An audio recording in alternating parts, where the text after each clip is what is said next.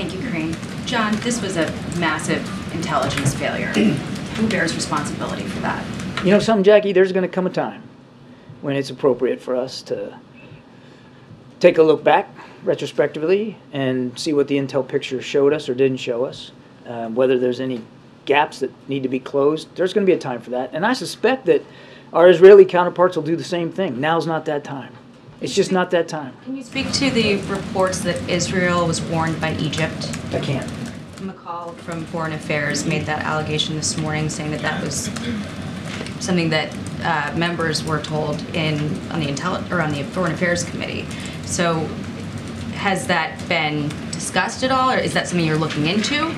I can't speak to specific intelligence matters. Again, there will be a time to look back at this, as we always do, and we will. Right now, we're sharpening the intelligence gathering and cooperation and sharing with Israel, as we should, since they're involved in active operations, and we're making sure that they get the tools they need. Can you define what the direct link is when you guys talk about Iran not being involved, no direct link? What do you consider to be a direct link? So what I'm referring to there is any evidence that we have that they were knowledgeable of and aware of these particular attacks.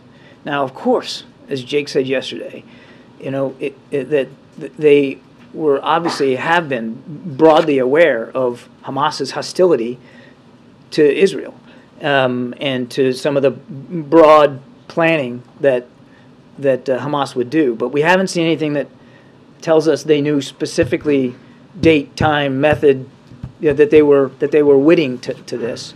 We haven't seen anything that tells us they specifically cut checks to support this set of attacks, or that they were involved in the training, and obviously this required quite a bit of training by these terrorists, or that they were involved in any directing of the operation. So again, I'll get to your. I promise I don't want you. I'm not trying to, monopolize the time here, but it's not we're not one and done here either. We're going to continue to look at the intelligence stream and see if it leads us to a different conclusion. All I can do is be honest with you about the conclusions we're coming to today, and we just haven't seen that. So you kind of answered my follow-up, which is, is it the position of the administration that at this stage Iran was not involved? I guess my question is, how can we know that this was in the planning for over a year and within a few short days say that Iran was not behind it?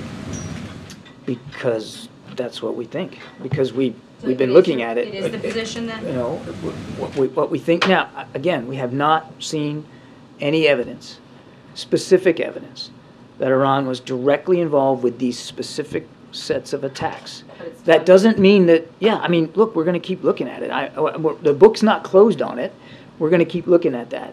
But that's just where we are right now. All right, we're going to move on. Go ahead, Anita. I'm sorry, Yammer.